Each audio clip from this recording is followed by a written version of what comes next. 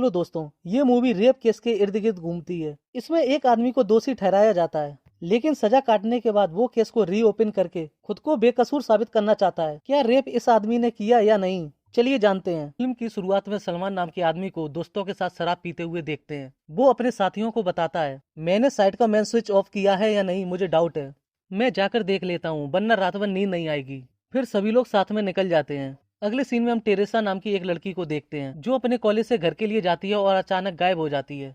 इधर सलमान साइट पर जाकर देखता है मेन स्विच तो ऑफ है। वो वहां से निकलने वाला होता है, तभी उसको एक लड़की की आवाज सुनाई देती है। वो जैसे ही वहां पहुंचता है उसे देखकर एक आदमी भाग जाता है और उसे वहां पर एक लड़की बुरी हालत में मिलती है।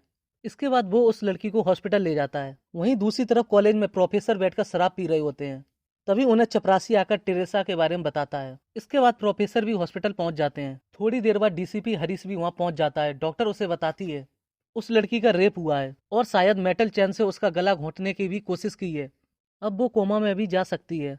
कुछ देर बाद टेरेसा के पापा भी वहां आ जाते हैं और उसके बारे में पूछने लगते हैं। अगले सीन में पुलिस सलमान से पूछताछ करने लगती है। सलमान बताता है, हम मैन स्विच चेक करने गए थे, तभी मैंने उस आदमी को वहां से भागते हुए देखा। इंस्पेक्टर पूछता है, क्या तुम उसे पहचान लोगे, और उसे फोटो दिखाने लगता है। सलमान बताता है, इनमें से कोई नहीं है। फिर इंस्पेक्टर सलमान की हेल्प से आदमी का स्केच बनाते हैं। इसके बाद पुलिस इन्वेस्टिगेशन में लग जाती है। फिर इंस्पेक्टर हरीश को बताता है, शाम को मजदूरों के जाने के बाद 9 बजे वॉचमैन आता है और सुबह 8 बजे तक रहता है। हरीश कहता है ये किसी ने टाइमिंग एडजस्ट करके प्लान किया है।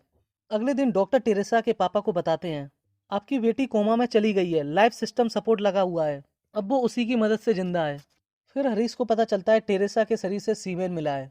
अगले सीन में हरीश अपनी टीम को बताता है, हमारे पूर्वज किस वंश के हैं ये जानने के लिए लोग अपने डीएनए के सैंपल को एजेंसी में डिपॉजिट कर देते हैं। हम उन्हीं एजेंसी के पास इस रेपिस्ट के सीमेन को भेजेंगे। अगर इसका सीमेन एजेंसी के किसी डीएनए से मैच हो गया तो हमारी प्रॉब्लम सॉल्व हो जाएगी। कुछ दिन बाद हैदराबाद की एक आईटी कंपनी में काम करने वाले सुदेव से डीएनए सैंपल मैच हो जाता है। हरीश हैदराबाद जाकर उससे टेरेसा के बारे में पूछने लगता है।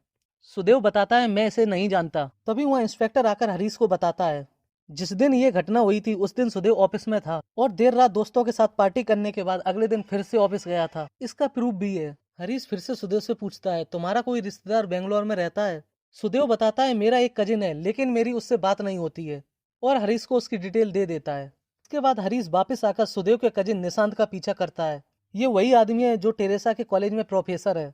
हरीश सलमान को निशांत की तरफ इशारा करते हुए पूछता है, क्या ये वही आदमी है जिसको तुमने उस रात देखा था? सलमान कहता है, हाँ ये पक्का वही आदमी है। फिर हरीश इंस्पेक्टर से निशांत के खिलाफ सबूत इकट्ठा करने के लिए कहता है।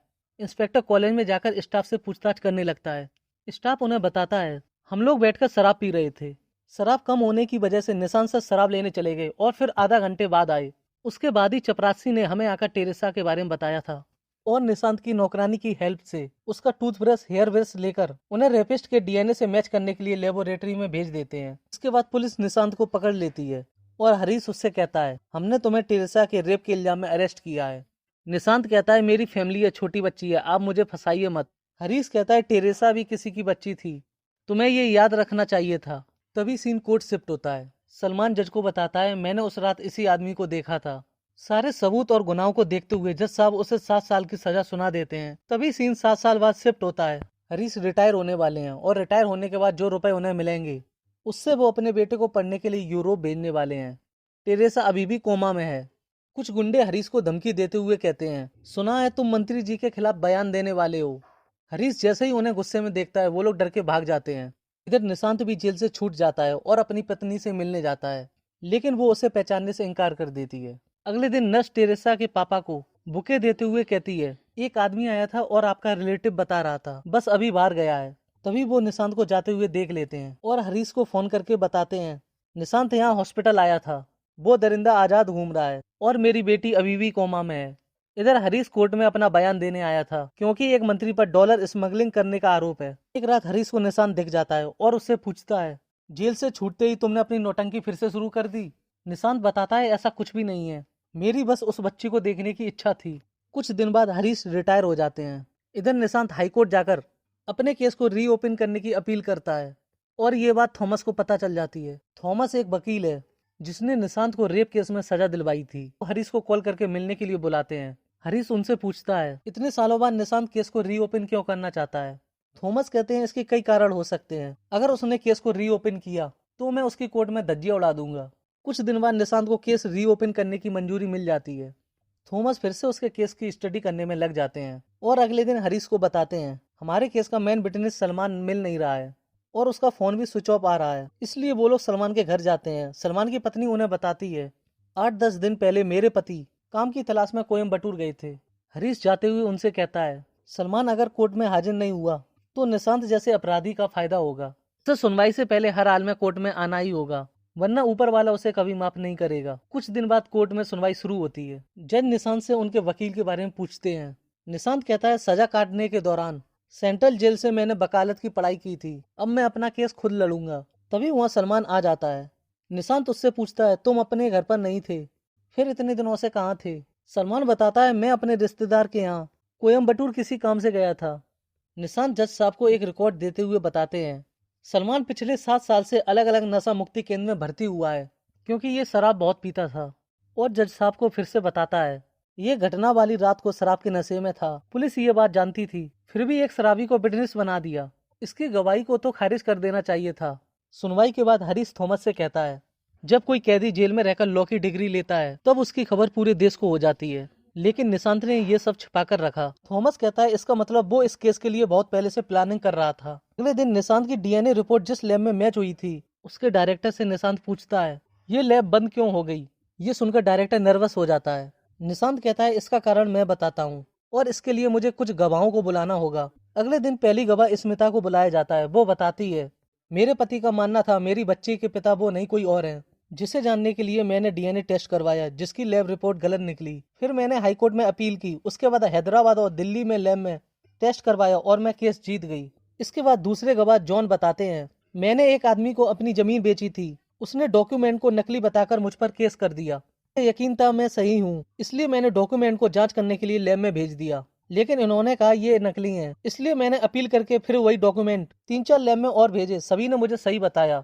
इस तरह मैं केस जीत गया। इसके बाद हरीश जज से कहता है, इन दोनों केस के बाद 2 साल पहले सरकार ने इस लैब को हमेशा के लिए बंद कर दिया था। अब वो तीसरा गवाह मुकुंद को बुलाता है, जो जज को बताता है, मैं पहले से ही जेल में हूँ क्योंकि चोरी के दौरान मैंने एक औरत का मर्डर कर दिया था। इससे पहले टेरेसा के साथ रेप करने वाला मैं ही था। ये सुनकर सभी चौंक जाते हैं। मुकुंद फिर से बताता है, कुछ बवाल हो गया था इसलिए शहर छोड़कर मैं चला गया था। फिर बाद में पुलिस ने निशांत को पकड़ लिया। ये सुनकर मैं शहर में वापस आ गया, लेकिन तभी मुझे पुलिस ने पकड़ लिया।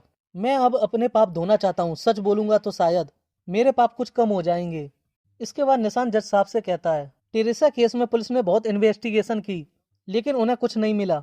फिर क्राइम ब्रांच को केस हैंडल करने से पहले इनके पास एक शराबी गवाह था और हर बार गलत रिपोर्ट देने वाली एक लैब। पुलिस ने जबरदस्ती मेरे खिलाफ सबूत बनाए और मुझे फंसा दिया।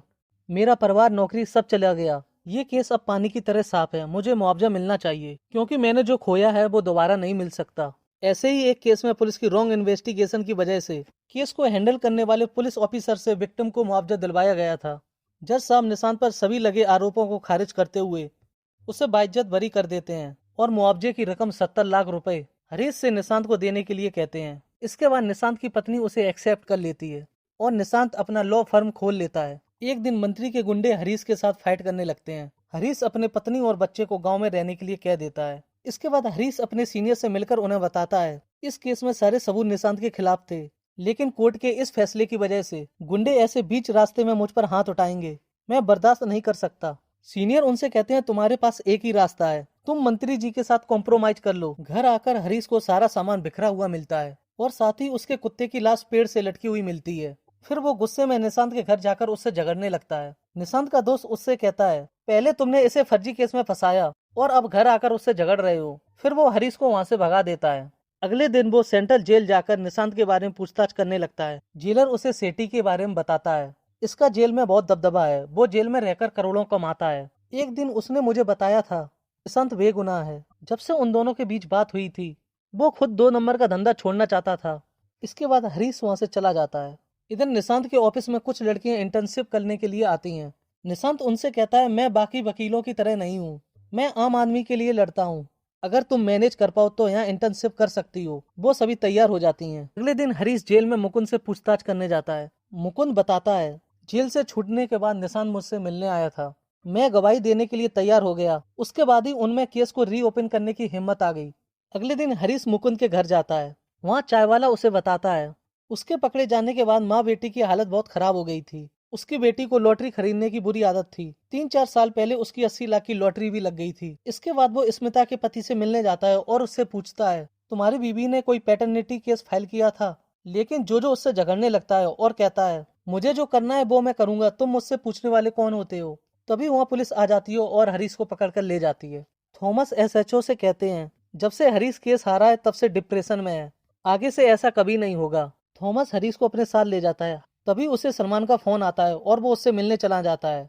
सलमान कहता है उस घटना के बाद मैंने शराब छोड़ने की कोशिश की लेकिन छोड़ नहीं पाया। कई बार तो कई अजनबी मेरे लिए शराब खरीद कर लाते थे, इसलिए मेरी आज ऐसी हालत हो गई है। इधर हरीश की पत्नी थॉमस को फोन करके बताती है हरीश फोन नहीं उठा रहे हैं, मुझे बहुत टेंशन हो रही है, तुम जाकर घर पर देखो ना। थोड़ी देर बाद हरीश के घर थॉमस पहुंच जाता है। हरीश उसको बताता है मुझे निशांत को फंसाने का एक रास्ता मिल गया है। कुछ दिन पहले ये लड़की अरुणिमा निशांत के ऑफिस में इंटर्नशिप करने आई थी। पक्का निशांत इस पर अटैक करेगा और जिस वक्त वो अटैक करेगा मैं उसे पकड़ लूंगा। थॉमस उससे कहता है मैं तुम्हें बहुत सालों से जानता हूँ, इसलिए बता रहा हूँ, प्लीज ये पागलपन बंद कर दो। अगले दिन से हरीश अरुणिमा पर नजर रखने लगता है और एक रात वो अचानक गायब हो जाती है और वो उसे ढूंढने लगता है। तभी उसकी नजर अरुणिमा पर पड़ती है। वो उसे होश में लाने की कोशिश करता है। होश में आते ही अरुणिमा हरीश को उल्टा किडनैपर समझ लेती है और वहां से भाग जाती है। तभी वहां पुलिस आ जाती है। फिर हरीश को पकड़ पुलिस स्टेशन ले जाती है। अरुणिमा इंस्पेक्टर को बताती है बहुत दिनों से ये मेरा पीछा कर रहा था। आज जब मैं अकेली थी तो इन्होंने मेरे साथ जोर जबरदस्ती करने की कोशिश की। लड़की के जाने के बाद हरीश थॉमस से कहता है मेरा यकीन करो मैं वो नहीं था। अगले दिन निशांत हरीश से मिलने जाता है और कहता है मुझे पता है तुम्हारा केस कोई नहीं लड़ेगा, इसलिए मैं आया हूँ। हरीश उससे कहता है मुझे पता है तुमने सेठी को उसकी ब्लैक मनी को व्हाइट करने का आइडिया दिया था। सेठी जैसे ही तुम्हारे काबू में आया तुमने वो लैब बंद करा दी। मैंने तुम्हारी और सेठी के साथ जितने भी कैदी थे उस जेल में सभी की लिस्ट निकाली। फिर मुझे पता चला सेठी का फैला हुआ नेटवर्क तुम्हारे बहुत काम आया और उसी के कहने पर स्मिता, मुकुंद और जॉन ने झूठी गवाही दी थी। और सलमान ने मुझे बताया था कुछ अजनबी लोग उसे शराब खरीद कर पिलाया करते थे। इस तरह तुमने उसे बेवड़ा बना दिया और उसे कई बार नशा मुक्ति केंद्र भी भेजा था। ये सुनकर निशांत चौंक जाता है। हरीश फिर से उसे बताता है कोलकाता यूनिवर्सिटी में सोफिया नाम की एक लड़की पढ़ती थी। वो एक दिन यूनिवर्सिटी यूनियन चेयरमैन बनेगी, ऐसी बातें होती थी। लेकिन एक दिन कैंपस में उसकी कार में जलाकर मार दिया था। उस टाइम तुम भी उसी यूनिवर्सिटी में पढ़ते थे। कुछ साल बाद बनारस यूनिवर्सिटी में पढ़ने वाली सुनीता नाम की लड़की अचानक गायब हो जाती है। उसके ठीक 1.5 साल बाद यूनिवर्सिटी की खाली पड़ी जगह पर जब खुदाई की जाती है तो उसी लड़की का कंकाल मिलता है। उस वक्त तुम वहां से पीएचडी कर रहे थे। हर बार तुम्हारी लोकेशन वही होती है जहाँ मर्डर होता है। अब निशांत उससे कहता है एक केस तो तुम भूल ही गए, मेरी पड़ोसन का एक लड़के के साथ अफेयर चल रहा था। वो अपने बॉयफ्रेंड से मिलने जाने वाली थी। मैंने चैन से उसका गला घोंट दिया। उसे तड़पता देखकर मुझे बहुत मजा आ रहा था। तुम्हें फंसाने के लिए मैंने अरुणिमा को टारगेट बनाने का झूठा ड्रामा किया था। उस रात जब पुलिस तुम्हारे पीछे थी तो मैंने अपना नया टारगेट को दबोच लिया था और उसे तुम्हारे घर में बांधकर रख दिया है। उसको मारने के बाद उसका इल्जाम तुम पर आ जाएगा। ये कहकर वो हरीश के घर चला जाता है। निशांत उस लड़की को मारने के लिए उसके चेहरे से कपड़ा जैसे ही हटाता है, उस लड़की की जगह खुद की बीबी को देखकर चौंक जाता है। तभी वहाँ हरीश पुलिस के साथ आ जाता है। हरीश का सीनियर उसे बताता है तुम्हारे सारे करतूतों के सबूत हरीश ने मुझे 1 महीने पहले ही दे दिए थे। फिर हरीश उसे बताता है जिस वक्त तुम मुझे बर्बाद करने के लिए निकले थे उसी वक्त से पुलिस आम आदमी बनकर तुम पर नजर रखने लगी थी। अगले दिन कोर्ट में सुनवाई शुरू होती है। तभी टेरेसा के पापा आकर हरीश को बताते हैं टेरेसा अब नहीं रही। जज साहब निशांत को दोषी मानते हुए और साथ ही इसकी मदद करने वाले सेठी, मुकुंद, जॉन, स्मिता और उसके पति जेल भेज देती है। कुछ दिन बाद मंत्री कहीं जा रहा होता है। तभी हरीश वहां आ जाता है। उसे अपने मरे हुए कुत्ते की फोटो दिखाते हुए कहता है तुमने जॉन विक मूवी देखी?